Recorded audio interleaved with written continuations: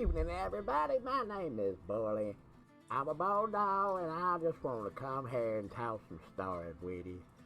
Oh, man, I tell you what, these days, man. Like, dang old, right before I come in here, I went outside, right? Just hanging out there, just chilling, just hanging, and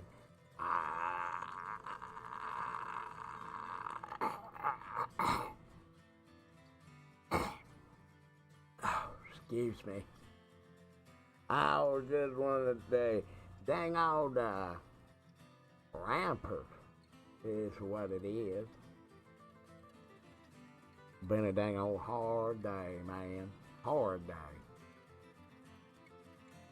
But basically what I'm gonna do here is you tell me your stories. You call in, you tell me your story.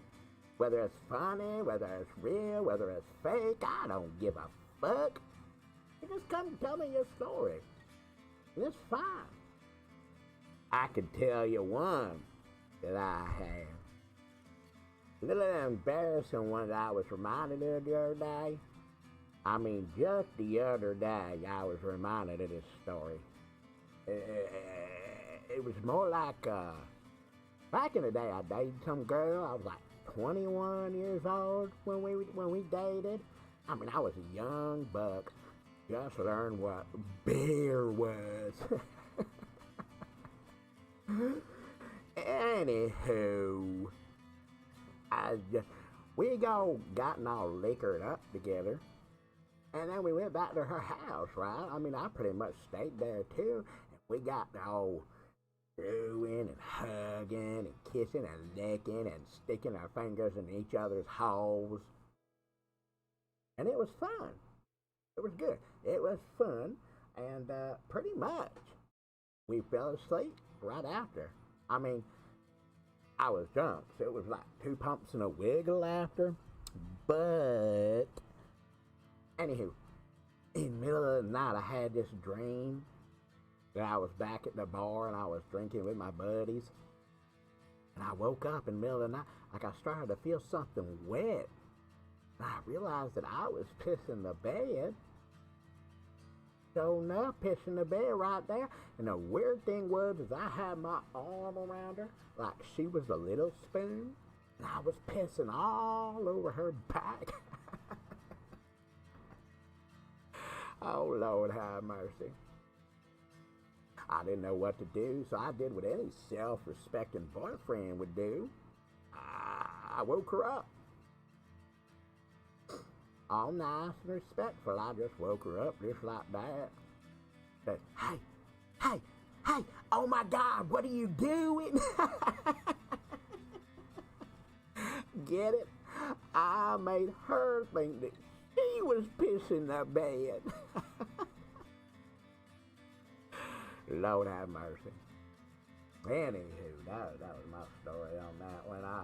I hope that this is just something I'm going to try out. I don't know if it's going to work. I don't know if anybody's going to give a shit. But it's 1 o'clock in the morning Eastern time here, so I don't get 2 fucks. Right? Lord have mercy. I do want to hear your stories, though. It would be nice to hear your story. Maybe I could give you some advice on something. I don't know. I don't know. I don't know whether I could give you some advice on something with it. I may be able to. I may not be able to. I don't. Who the fuck knows these days? You know? Who the fuck knows? I sure as fuck don't know. I don't know anything about it. Anywho. Hope you had a good Thanksgiving. I'll sit during Thanksgiving. So I sat right here. Well, not right here. Right here is where I work. At the damn bottle piss.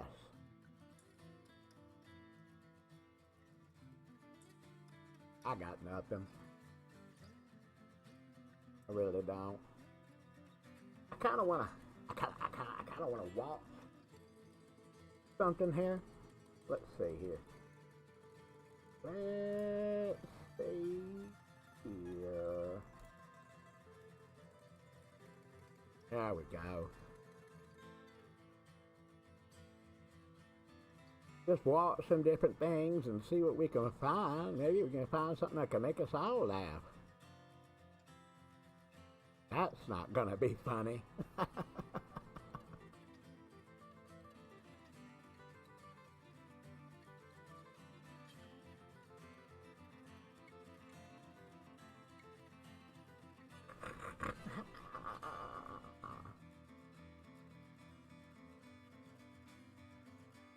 Let's see if we've gone for storytelling.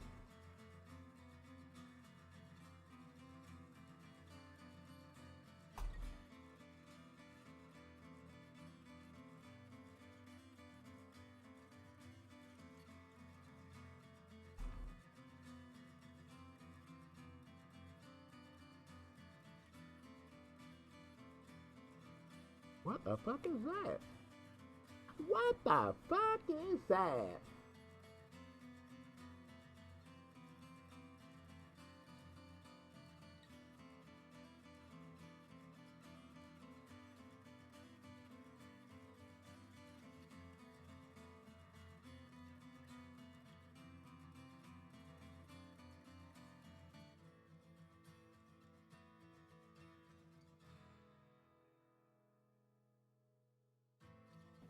Last year, my wife had an opportunity to stand-up comedian.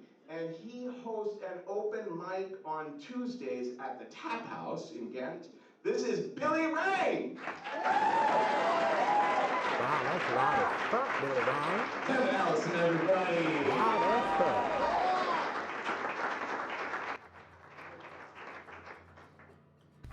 Good to be here, man. I took Kevin's class today.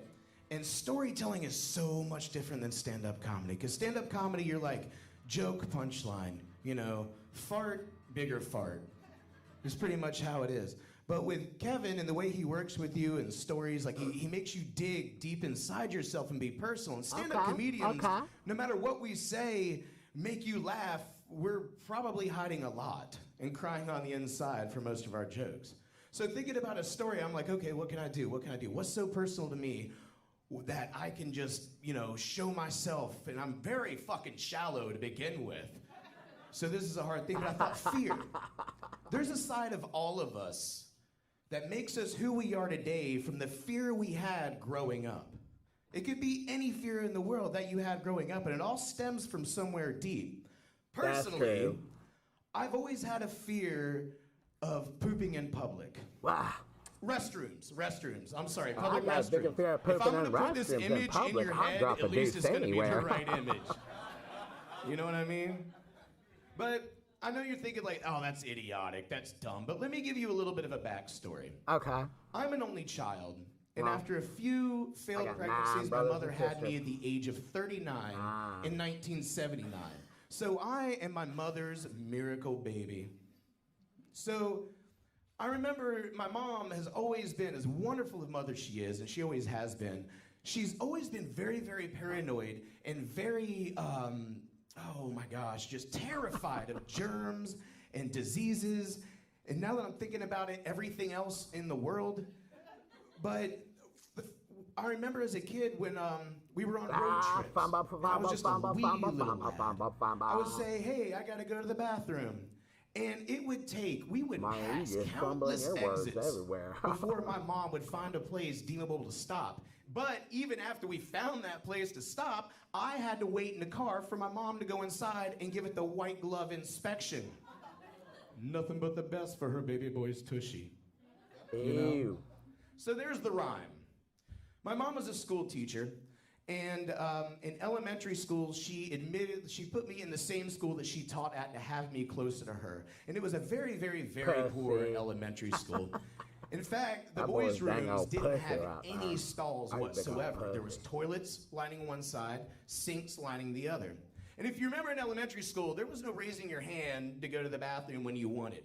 There was designated bathroom breaks through the day. And when those bathroom breaks happened, all the class would go out to the restrooms, boys outside the boys' room, girls outside the girls. They would let however many in, And then when one child came out, the next child would go in, which is usually not a big deal, but at my poor elementary school, if you actually had the bravery to perform this deed, you were on display in middle of everybody like some fucked up piece of think art. So that could be a reason, I think. But every day after school, while all the halls would clear and my mom was doing work, I would go around and find a place of solitude to do my duties.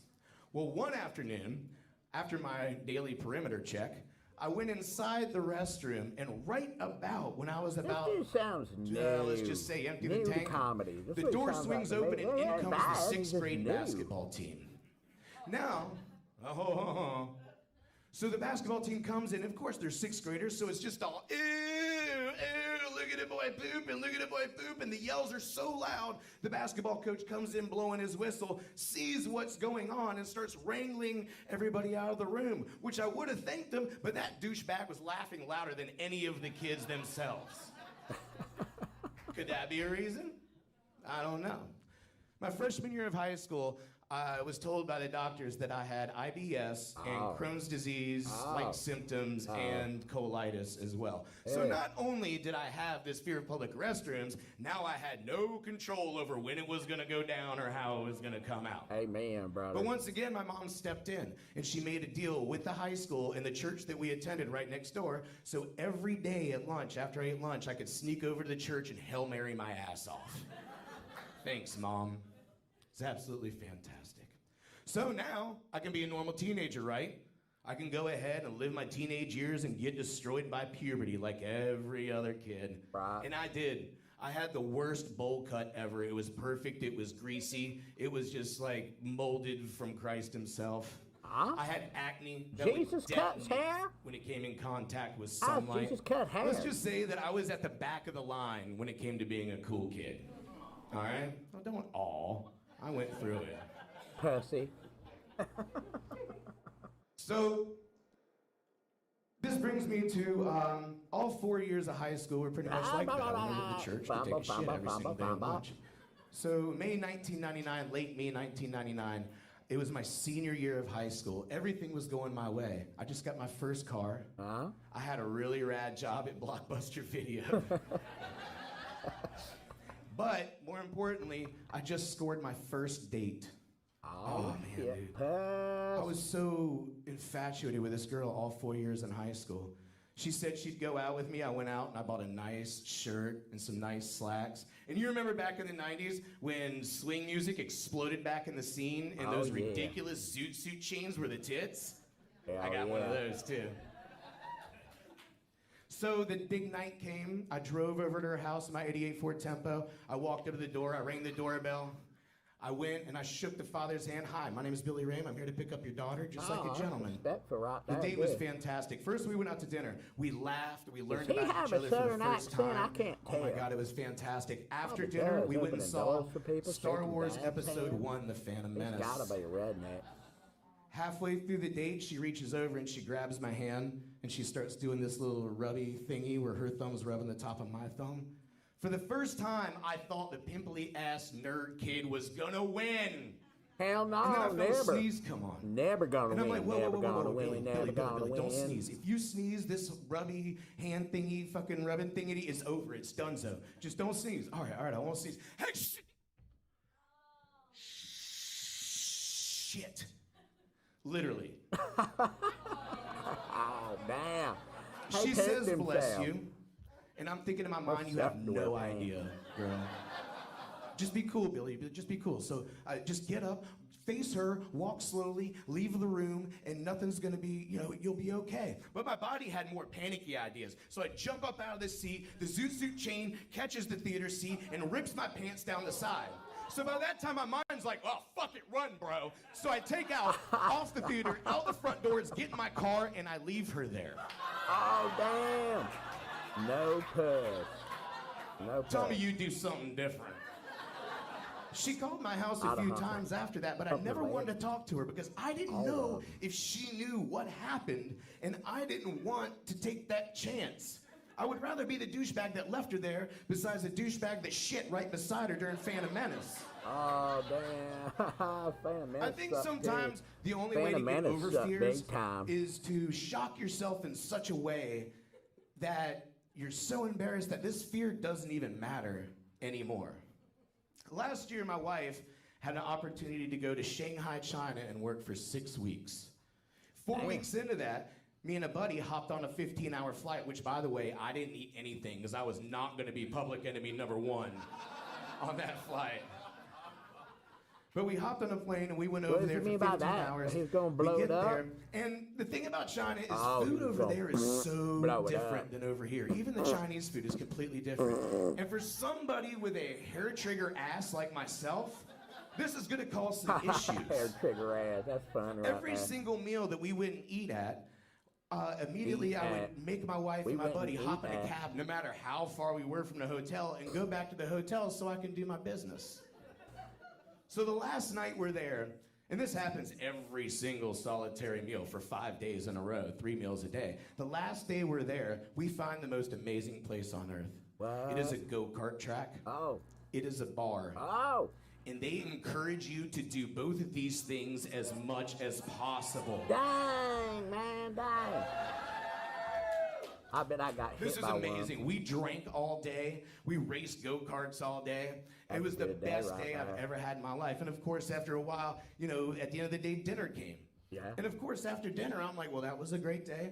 Let's go ahead and pack it up. And my buddy is like, whoa, whoa, whoa, whoa, whoa, whoa, Whoa, bro. Whoa. We just been doing this every single day for you.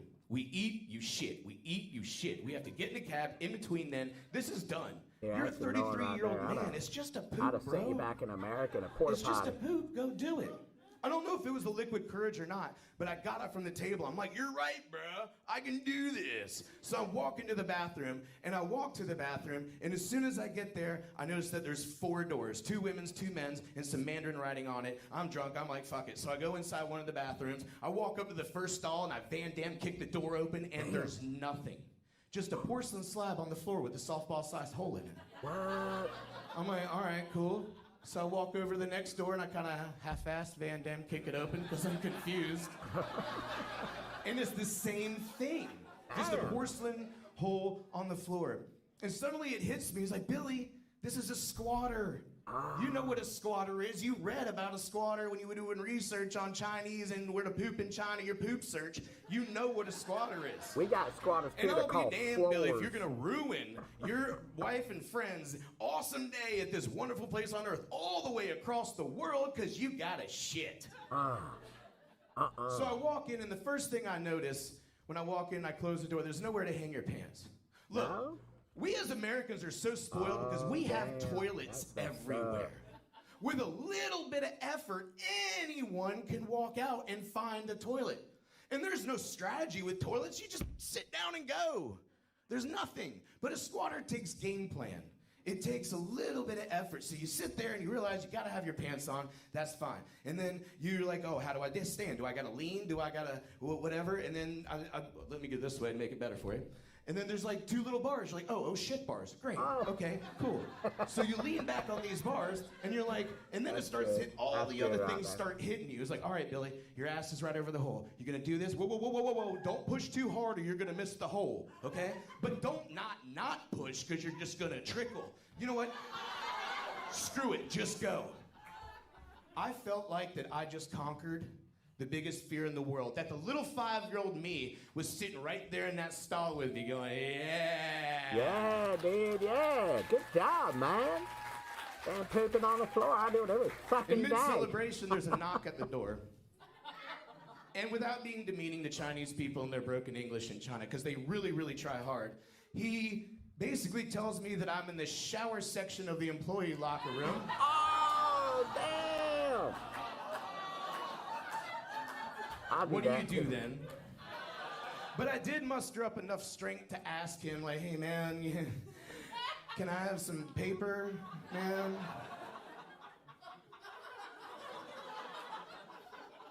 And the only thing I heard, and I think it's what he said, at least that's what my mind thinks he said, was, what, do you want to write an apology letter? And he walks out. Ah, damn. Since then, I have never had a problem pooping in public restrooms. Why?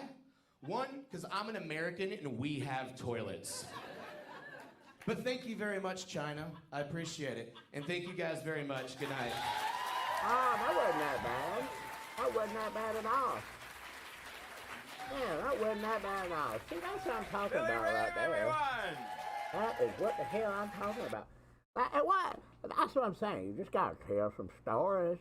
That's all you gotta do. Just tell some stories. Call in, tell some stories. Send me an email. RamseyBull@yahoo.com. Ramsey is my kitten's name. Yeah, I got a kitten. What you think we fucking eat everything? We don't. It's just a little bit of one. RamseyBull@yahoo.com. I have to make something to put on here. It took me 22 days just to get this thing going because I got to type with the goddamn pink lipstick. I got nothing really. I got nothing on that one, but you know, I appreciate this. Look, I just want to give it a little try, check some levels, and see what we got, man. I'll be back next Thursday, and then I'll have to take a few weeks off because I'm getting neutered, straight up having surgery, and I doubt I'm gonna be able to be talking on here, man. I just don't want to, I want to be ready. Hence why I did this at 1 a.m. because I ain't want to put nothing up here that I couldn't even fucking do, you know? Shit. But I appreciate you. Thank you. And I gotta learn how to fucking see in this thing, dog. Hey, have a good night. Bye.